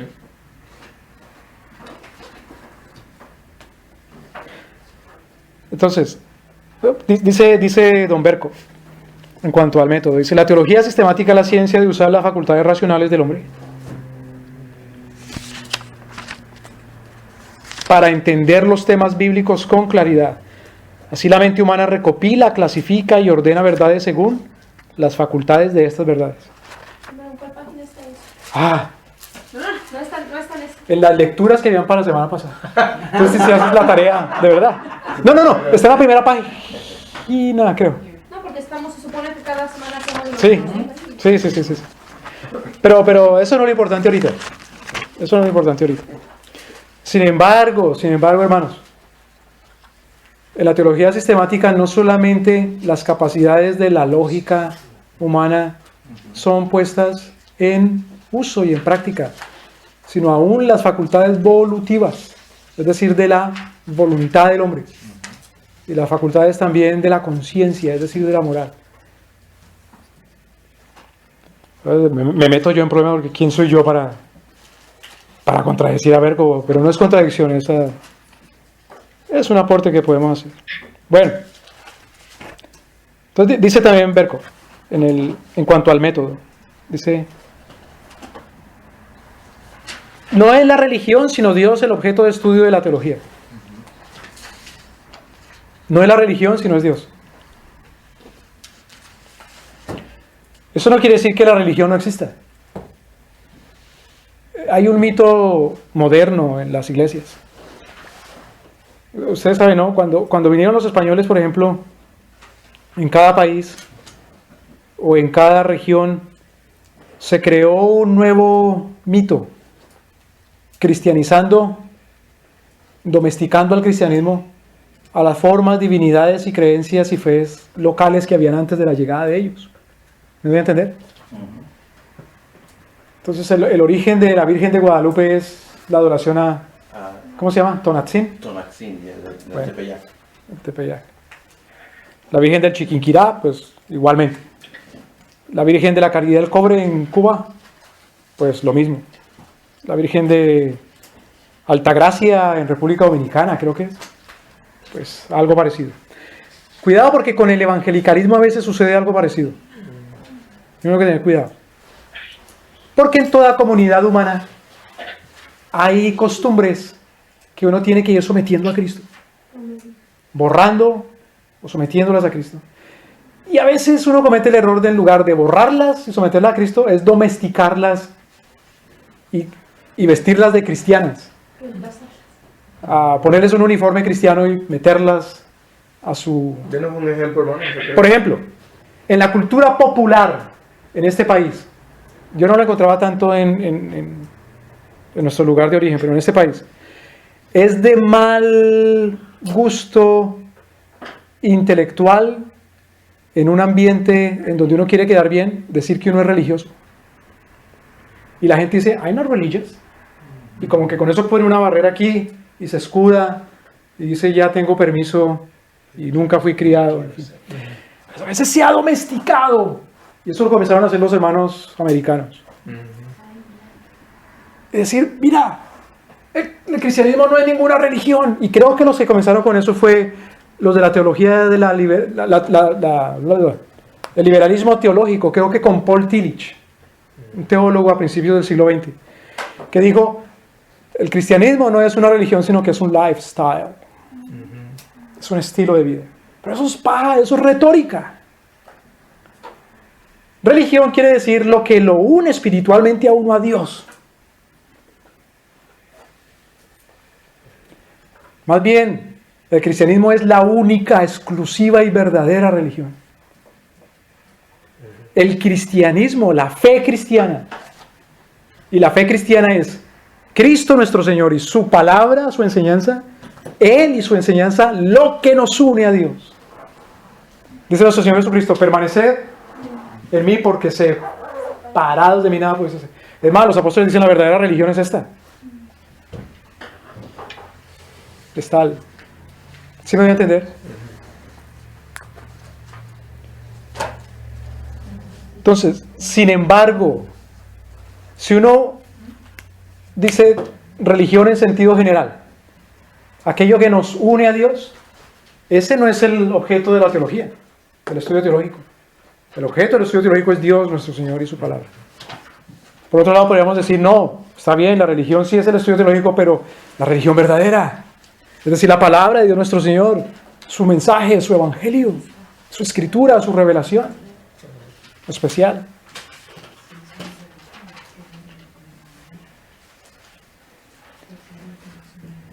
Ahora, hay algo particular en cuanto al, y que tengo que tener en cuenta en el método de conocer a Dios en la Escritura, y es que el científico, digamos, está estudiando otra vez la aerodinámica. Entonces, ¿qué es lo que observa? ¿Cómo se llaman esas grandes empresas que hacen aviones? La Boeing,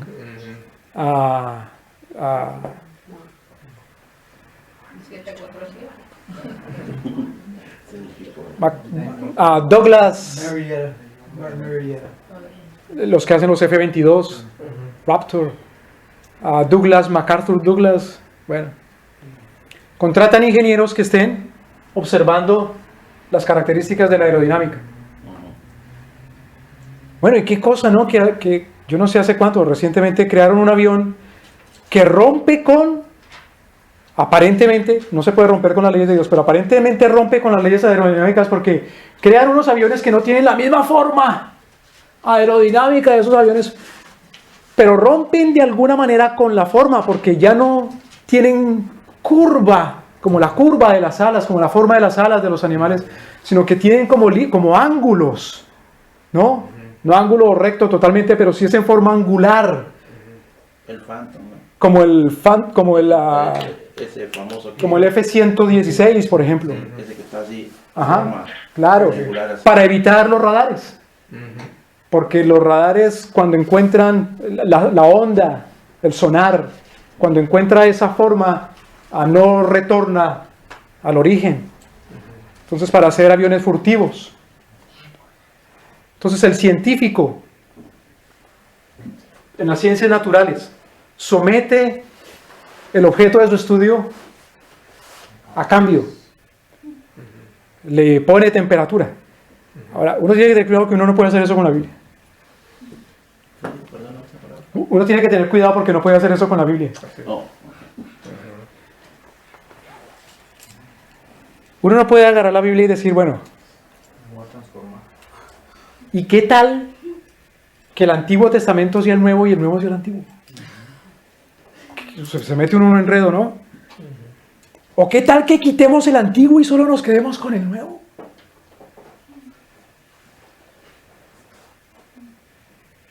Ya sea maliciosamente o porque por error se encuentra en un versículo que ya no estamos bajo la ley e interpreta eso de que hay que borrar el Antiguo Testamento.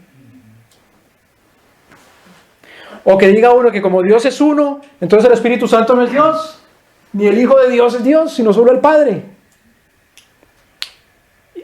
O de alguna otra manera agarrar la Biblia y someterla a cambios. O que diga uno, eso está muy bien, pero a hoy en día ya no es así y se debe aplicar esa asá. Eso era antes. Cuando a los sodomitas, por ejemplo, se les condenaba a muerte. Pero ahora somos una nación civilizada.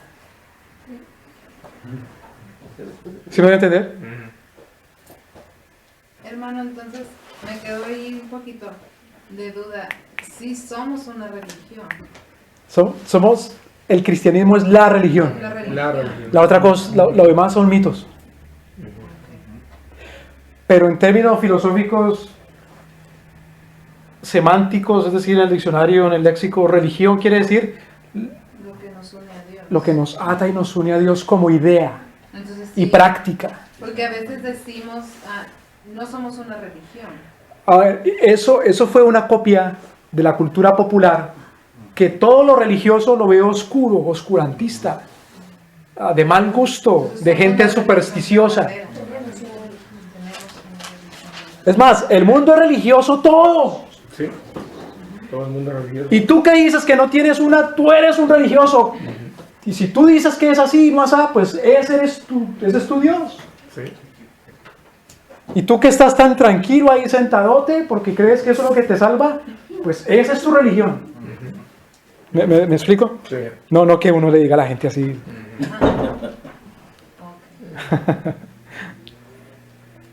Pero el mundo es religioso o no es? Sí es. Sí. Sí es. ¿Es religioso o no es? Sí es. Porque uno no puede quitar lo espiritual porque es negarse al hombre mismo. Y negar lo espiritual es negar lo material, porque lo material no sale de lo material, sino que lo material sale del espíritu, Dios lo creó. ¿Sí me explico? Porque si las cosas salen de la misma materia, la materia es eterna. Y si la materia es eterna, entonces tiene características divinas. Y otra vez caemos en lo mismo, la materia es Dios. ¿Sí me voy a entender? Es lo que sostienen los científicos, de que la materia no se destruye, sino que solo se transforma. Bueno, Dice la frase, ¿no? Así dice. ¿Quién dijo eso? La materia no se crea ni se destruye, solo se transforma. bueno. Ahora, la materia, claro que se transforma. Nuestro Señor garantiza que hay creación siempre. Él garantiza que hay creación. Pero nuestro Señor no garantiza uniformidad. ¿Me voy a entender? Como nuestro Señor no garantiza uniformidad, entonces no hay absolutamente nada de raro que en el hemisferio norte hayan temporadas de calor y de frío. Porque nuestro Señor no garantiza uniformidad. Pero la humanidad se asusta porque se entra en un periodo en que las tierras del norte son más calientes. Entonces dicen, se va a acabar el mundo. Pero fíjese que esa es una idea entonces pagana. Que si uno entiende la Biblia correctamente no tiene ningún miedo de eso. ¿Sí me voy a entender? Sí.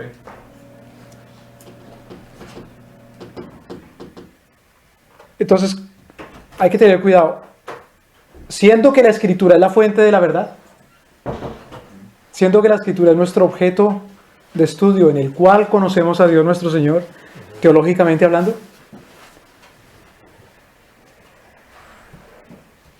la Escritura no es como cualquier objeto de estudio o como cualquier otro objeto de estudio, sino que al contrario de nosotros someter a la Escritura, en este caso es al contrario y tenemos nosotros que someternos a la Escritura.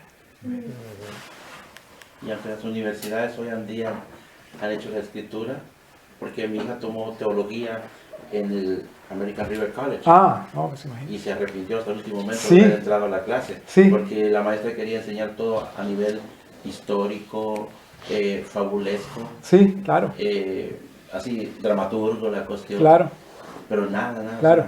Pues mire esto, una anécdota.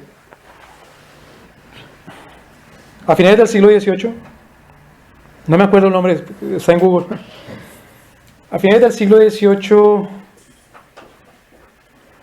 el decano de la Universidad de Yale, por supuesto, perdóname, el director de la Universidad de Yale, era un pastor. Que originalmente fue un seminario. Porque originalmente fue un seminario y después siguió siéndolo y su principal facultad era de teología, aunque había otras facultades, como debe ser. Y cuando él hacía las conferencias como rector, predicaba la palabra de Dios como debe ser. Y en una predicación dice él,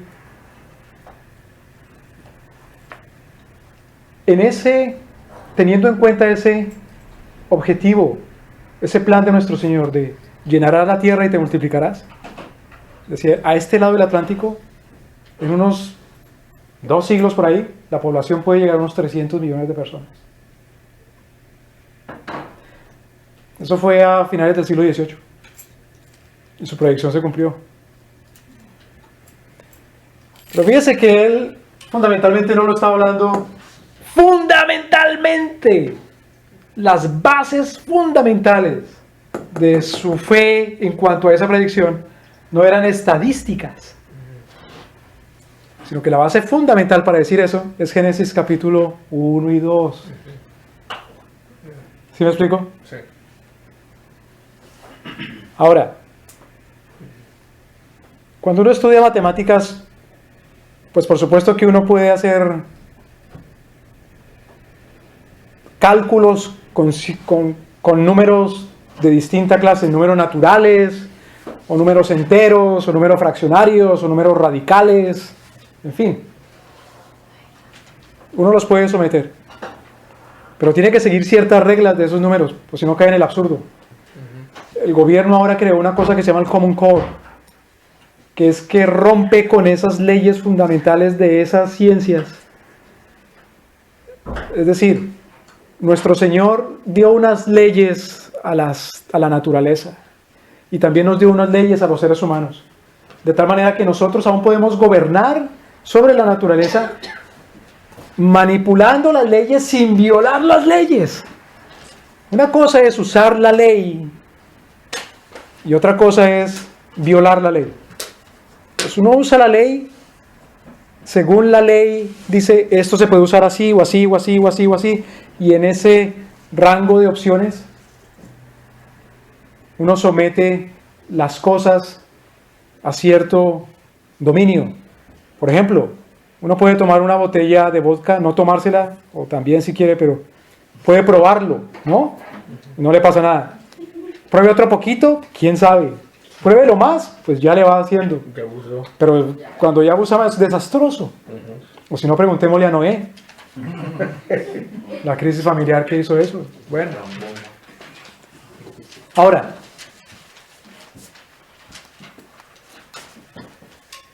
nuestro Señor pone un límite al gobierno humano. Y el límite es el mismo. Es decir, es su palabra. En cuanto a su palabra, el límite que nos da a nosotros para el dominio de la naturaleza es que no podemos violar las leyes de la naturaleza. Pero también cuando estudiamos la palabra, estamos limitados. Todavía más. A la escritura nos adentramos viendo que la escritura es impecable. No hay nada que corregir. No hay nada que añadir. No hay nada que quitar. Las compañías estas que hacen aviones contratan ingenieros para mejorar, ¿no? El avión, o el helicóptero, qué sé yo, o el cohete, bueno. ¿Será que uno estudia teología para mejorar la escritura? Pues bueno, hay facultades de teología, por ejemplo, cuando las universidades se hacen así paganas, que dicen ya no solamente lo que se ha considerado durante la tradición cristiana como el canon, sino miremos también otros libros escritos, contemporáneos, de los tiempos del Antiguo o del Nuevo Testamento, o entre los dos, porque si son escritos en esa época y hablan de Jesús, ¿por qué no van a tener también esa misma impecabilidad, aunque ellos no usan esa palabra? Pero ¿por qué no van a ser entonces también válidos para decir quién es Jesús? Entonces dice, mire, como se ha descubierto una cosa que se llama el Evangelio de Judas, y ahí dice que, por ejemplo, el Señor Jesús tenía mujer. ¿Por qué no va a ser así si es un evangelio? ¿Sí me explico? Y aunque los tecnicismos financieros han penetrado en las creaciones de esto, y eso es, para mí, a mí causa un impacto tremendo. Por ejemplo, compañías como Soderbergh, que ha creado versiones bíblicas en donde quitan literalmente. Pues hermano, es que mire, si los dueños de Soderbergh son los mismos dueños de Fox y de Playboy, pues qué confianza va a tener uno en ellos. En lo que ellos producen, naturalmente. Ahora, por ejemplo, hay una teoría, hay unos que salieron una teoría Q, o hay un libro que se llama Q. Dice, como Mateo, Marcos y Lucas más o menos tienen el mismo contenido, ¿qué es lo más lógico? Que esos tres se hayan copiado de otro. Y esa es la verdadera escritura. Mateo, Marcos y Lucas, no. Q es el verdadero libro donde está de verdad el Evangelio, la historia de Cristo. Pero eso es una especulación. Ahí han sometido la escritura a su especulación. ¿Sí me van a entender? Ahora, mire, eso ya ha hablado de manera muy sofisticada, ¿no? Uno puede caer en el mismo error cuando dice, mire, yo como que leí aquí que el Señor me necesita. Qué cosa tan maravillosa, el Señor me necesita. Pero no miro bien que cuando dice ahí, porque el Señor lo necesita, está hablando de un burro. Entonces eso se llama sacar un texto fuera de contexto. ¿Sí me voy a entender? O decir, yo siento que nosotros debemos hacer esto, y como lo siento así, voy a buscar por aquí unos pasajitos para que me ayuden a demostrarlo. Que hable de lo yo siento. Cuando yo partí de mi sentimiento, entonces soy uno de estos, un platónico. ¿Sí me debe entender? Entonces el teólogo, bueno, dice Berkov que estudiamos teología sistemática porque aplicamos las facultades de la razón. No son solo las facultades de la razón, son facultades morales también. Porque tiene uno que tener humildad. Tiene que humillarse. Y decir como Job, yo de oídas, pero ahora tapo mi boca porque ahora te veo. Claro, si uno tiene ahora la revelación más aún del Nuevo Testamento, de las epístolas, de Apocalipsis, ¿quién es uno? ¡Qué peligro! ¡Qué peligro el que le añade a esta profecía, el que le quita, el que le tuerce! ¡Qué peligro! Entonces, en el método del estudio teológico tiene uno que tenerse en cuenta ahí con mucho cuidado. Tiene uno que someterse a la escritura. La chinchilla, el ratón de laboratorio es uno. No la escritura. Dios es soberano. Él es el que nos somete a uno con su palabra.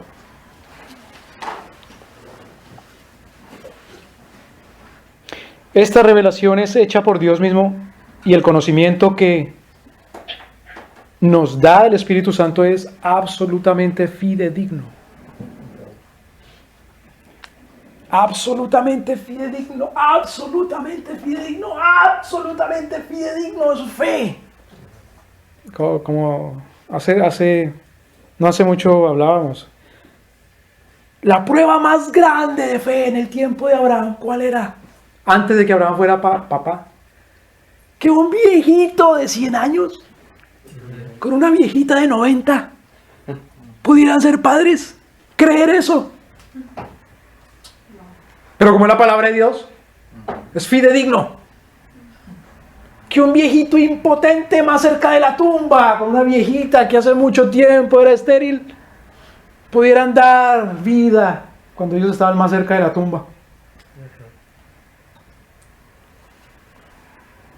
Pero como es fidedigna la palabra de Dios, es verdad. ¿Me voy a entender? Hoy en día uno se encuentra con pasajes en la Escritura y dice, ¿eso qué va a ser fidedigno? ¿Que los padres tienen que educar a sus hijos y usar la vara? No. Nosotros somos de una civilización otra y los tiempos han cambiado. ¿Sí me voy a entender? Pero la palabra de Dios es fidedigna. Y uno como teólogo tiene que hacer como Job, pues taparse la boca. Que la ley es la de Dios. Esa es la ley. Y no le podemos llamar ilegal a lo que Dios no llama ilegal. Que la verdad es la de Dios. Y si un hombre, siendo apenas un carpintero y muriendo en una cruz, ahí está Dios, ahí está Dios. Aunque todavía no lo veamos resucitado, como le sucedió a los apóstoles. ¿Sí me voy a entender? La verdad es la verdad. Que nuestro Señor lleva las cosas de gloria en gloria. Aunque yo vea que no, que ahora que es que casan homosexuales o sodomitas. Pero nuestro Señor promete que vendrá la plenitud de las naciones, que se doblarán ante el Rey. Toda rodilla. Claro. Entonces tengo que tener esa confianza ante Dios, nuestro Señor.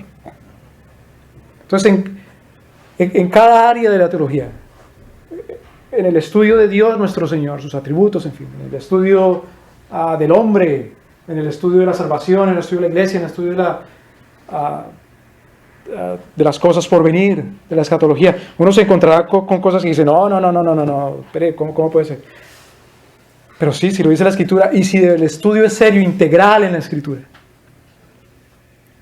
entonces somos nosotros los que nos sometemos a la verdad bíblica.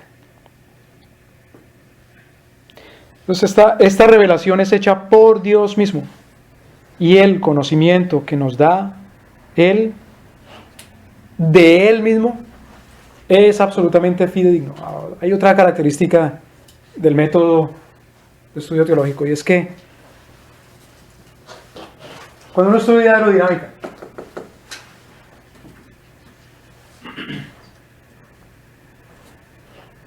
el colibrí tiene una manera de deslizarse en los aires diferente al halcón peregrino. Entonces, dentro de las aves, aparte del colibrí, el halcón peregrino, algunas ven en un documental que los científicos de la aerodinámica dicen, el halcón peregrino es el ave a imitar, esa es la meta. Por su presteza, su habilidad, su velocidad, en fin. Pero imagínense un científico decir, bueno, hay que preguntarle al halcón. Halcón, ¿cómo haces tú? ¿Quién te enseñó? ¿De qué manera ejercitas tus alas? Y ponerse a hablar. Y el halcón mismo decir, yo lo hago así, y así, y así, y así, y así. Eso es lo que pasa en el paganismo, en el animismo. La madre naturaleza es eso, una madre, y hay que respetarla. Porque madre es madre, ¿no? La Pachamama de los incas. ¿Sí? En la Escritura, lo característico de la Escritura es que nuestro Señor mismo es el que habla y dice. Entonces no solamente estudiamos a Dios en la Escritura, porque la Escritura da testimonio de Dios, sino que ese testimonio de Dios es directamente de Dios sin intermediario alguno. Entonces cuando uno tiene una mentalidad pagana dice, mire, yo no puedo creer que la Biblia es la palabra de Dios, porque luego al fin que luego no la escribió fue Isaías y Jeremías y Moisés o Juan. Entonces ¿cómo me va a decir que es la palabra de Dios? Entonces si yo también me siento y escribo, ¿también va a ser la palabra de Dios? ¿Cómo voy a creer yo eso? ¿Qué clase de persona supersticiosa cree que yo soy?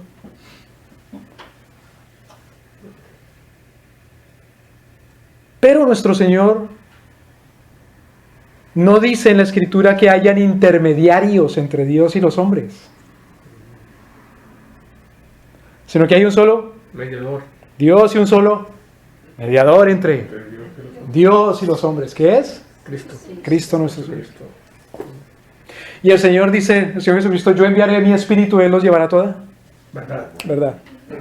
Entonces, el Espíritu Santo es el Señor Jesucristo dice también es otro, igual, otro, ¿cómo?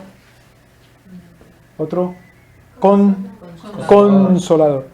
En ese sentido, entonces, nosotros no somos mediadores, sino simplemente instrumentos suyos. Dejemos por ahí.